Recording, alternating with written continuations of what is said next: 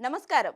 BRK భక్తి ఛానల్‌కి స్వాగతం. నేను మీ కీర్తి. ఈరోజు మనతో పాటు ఉన్నారు ప్రముఖ జ్యోతిష్య పండితులు బ్రహ్మశ్రీ వీరాపురం సుబ్రహ్మణ్య స్వామి గురువుగారు ఉన్నారు. మనకున్న సందేహాలు గురువుగారిని అడిగి తెలుసుకుందాం. నమస్కారం గురువుగారు. శుభాశీస్సులండి. గురువుగారు 35 సంవత్సరాలొచ్చినా పెళ్లి జరగని మగవాళ్ళు ఎలాంటి పరిహారం చేసుకోవాలి? తప్పకుండా అండి. మంచి విషయమే. హ్మ్. ఎందుకంటే స్త్రీ, పురుషులు, ఆడ, మగ హ్మ్. ఇది వివాహ జీవితం అంటే సృష్టికి సంబంధించినటువంటి విషయం. హ్మ్. వివాహంతోనే సృష్టి ప్రారంభమవుతుంది. అవును గురువు. సృష్టి ప్రారంభమవుతుంది. ప్రారంభమవుతుంది. ఎందుకు అంటే ఇది మనకి అని కాదు, హ్మ్. భగవంతునికి కూడా అవసరమైంది. హ్మ్. అందులో భాగంగా హ్మ్. మొట్టమొదటిగా ఒక ఉదాహరణ చెప్పుకుందాం. హ్మ్. మహాకాళి ఎవరు? మహాకాళి. మహాకాళి. హ్మ్.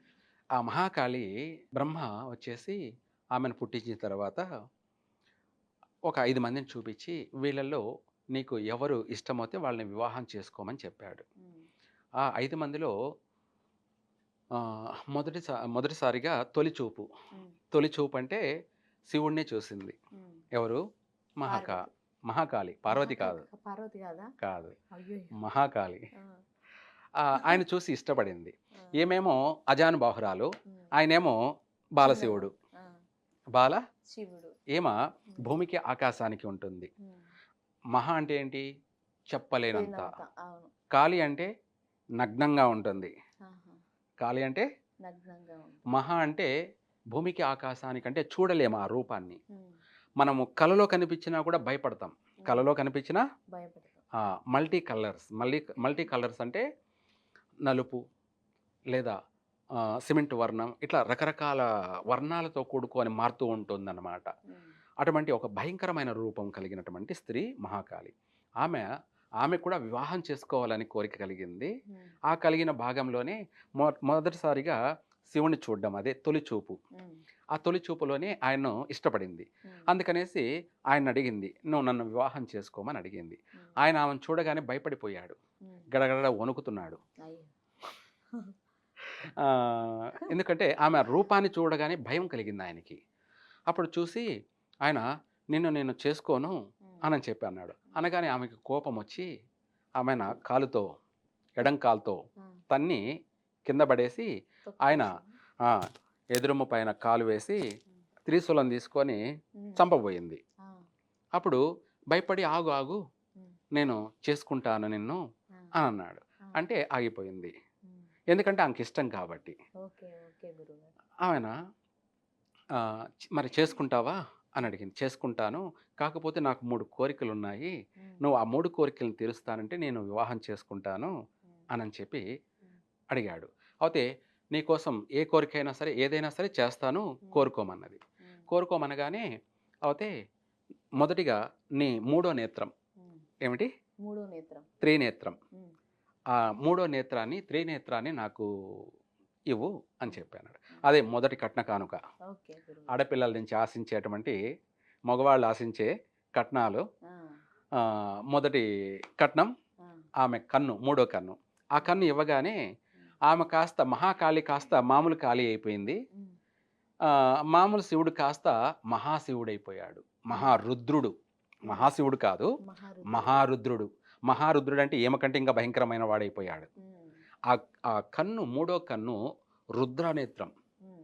అత్యంత శక్తి కలిగిందనమాట. హ్మ్. అలా ఆ స్త్రీ నుంచి తీసుకున్న మొదటి కట్నం హ్మ్. కన్ను. హ్మ్. మనం వివాహాల్లో కట్నాలు అడుగుతాంగా. అవును నాకు గురుగారు. బైక్ కావాలి. హ్మ్. లేదంటే నాకు ఇల్లు కావాలి. కారు గావాలి. నాకు కారు కావాలి. హ్మ్. అని అబ్బాయిలు అడుగుతుంటారుగా. అడుగుతారు. అడుగుతారు.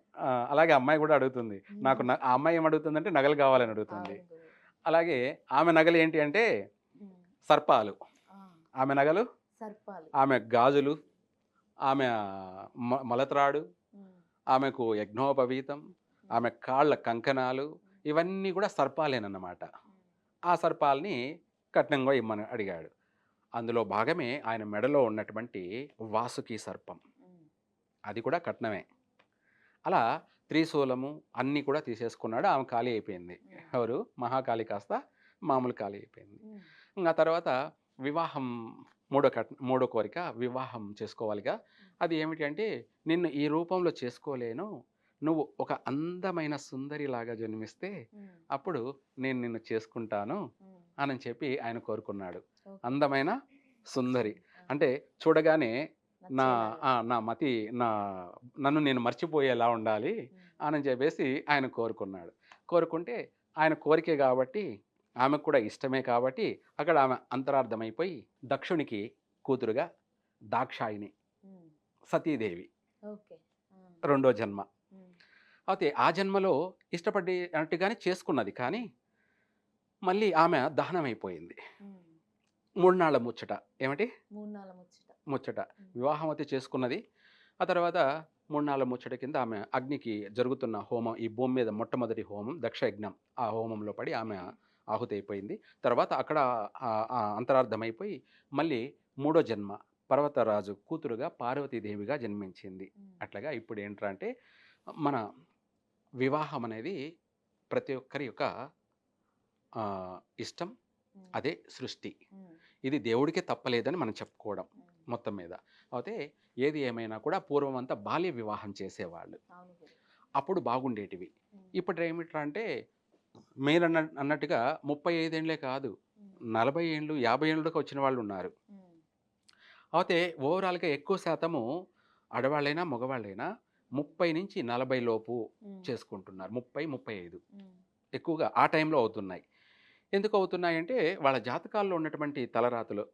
దోషాలు అంటే హ్మ్. కుజ దోషం కావచ్చు, లేదా గ్రహణ దోషం, హ్మ్. లేదా మాంగళ్య దోషం, లేదా ఇటువంటి అనేక కారణాలు అయ్యి ఉండొచ్చు. జాతకరీత్యా అది జాతకాన్ని పరిశీలిస్తే తెలుస్తుంది. హ్మ్. కానీ ఏది ఏమైనా వివాహం అనేది ప్రధానమైనటువంటి ఘట్టం. సృష్టికి ప్రారంభమైంది, మూలమైంది వివాహం. ఆ వివాహం ఏంటంటే అందరి ఆమోదపూర్వకంగా, హ్మ్. తల్లిదండ్రుల యొక్క ఇష్టాపూర్వకంగా వీళ్ళకు నచ్చినట్టుగా చేసుకోవడం. హ్మ్. అయితే ఆ వివాహం ఆలస్యం ఎందుకు జరుగుతుంది అంటే ఇందాక మీరు అడిగింది అన్నట్టుగా కుజదోషం ఉంటే ఆలస్యం జరుగుతుంది. ఓకే గురుగారు. కుజ అంటే దోషం. కుజదోషం అంటే హ్మ్. 27 నుంచి హ్మ్. 35 లోపు వివాహం అవుతుంటుంది. హుహు. అంతకంటే ముందు తొందరగా అయినా కూడా మళ్ళీ విడిపోవడమే. ఆహా! మళ్ళీ విడిపోవడం. ఇప్పుడు చాలామంది చూస్తుంటాం. అవును. వివాహం చేసుకుంటారు. సంవత్సరానికో, 2 ఏళ్లకో, 3 ఏళ్లకో, 5 ఏళ్లకో లేదా 10 ఏళ్లకైనా గూడా మళ్ళీ విడాకులు తీసుకొని విడిపోయేసి, మళ్ళీ వాళ్ళు రెండో వివాహం చేసుకోవడాలు అవును గురు. ఇలాంటివి జరుగుతూ ఉంటాయి. హ్మ్. ఇవన్నీ కారణం ఏంటంటే కుజదోషం. హ్మ్. ఆ కుజదోషం అనేది మనల్ని హ్మ్. ఇప్పుడు ఎందుకులే అవసరం లేదు. నేను పూర్తిగా చదువుకోవాలి. హ్మ్. లేదంటే నాకు ఉద్యోగం వచ్చిన తర్వాత నా కాళ్ళ మీద నేను నిలబడిన తర్వాత నేను వివాహం గురించి చేసుకుంటాను. ఆలోచిస్తాను. అవును గురు. ఇలా వాళ్ళు వాళ్ళ యొక్క ఆలోచనను వ్యక్తపరిచినట్టయితే కాదు. హ్మ్. అది వాళ్ళకున్న దోషాన్ని వాళ్ళు అలా మారుస్తూ ఉంది. ఓకే. కాలయాపన జరుగుతూ ఉంది. హ్మ్. కాపోతే ఏది ఏమైనా ఆలస్యమైనా, తొందరగా అయినా కూడా చేసుకున్నాకైనా కూడా సుఖంగా ఉంటే ఏ అదే బాధ. 10,000. అవును గురు. కానీ అక్కడే అసలైన సమస్య. ఈ హ్మ్. దోషం వల్ల సంసార జీవితాల్లో అలజడి. హ్మ్.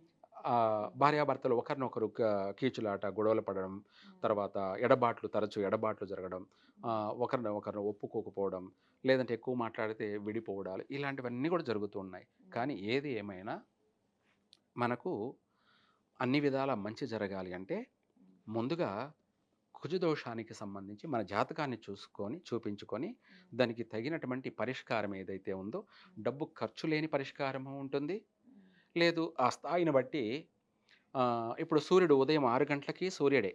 మధ్యాహ్నం 1 గంటకి సూర్యుడు. సూర్యుడే. కానీ వ్యత్యాసం ఏమిటి? ఉదయం 6 గంటలకు మనం ఆయన్ని చూడగలము. అవును గురు. 1 గంటకి సూర్యుడిని మనం చూడలేము. చూడలేం. అవును ఆ గురు. విధంగా మనకు చిన్న దోషం అనుకోండి, హ్మ్. మనం ఏదైనా సరే గుడికంటే సుబ్రహ్మణ్య స్వామికి కానీ, హ్మ్. నాగదేవతలకు కానీ హ్మ్. మనము అంటే తడి బట్టలు స్నానం చేసిన తర్వాత ఆ తడి బట్టలతోనే హ్మ్.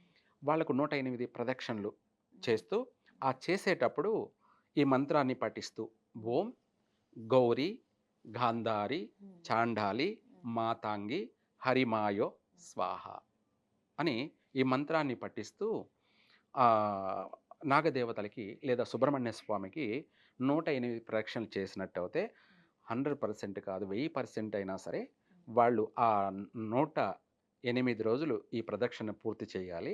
ఆ లోపలే వీళ్ళకి వివాహం అయిపోతుంది. హ్మ్. ప్రారంభం చేసినాక 108 రోజుల్లోనే ఓకే. ఓకే. వివాహం అయిపోతుంది. హ్మ్. అది వాళ్ళు ఎప్పుడు చేయాలనేది వాళ్ళ యొక్క వ్యక్తిగత ఆలోచన.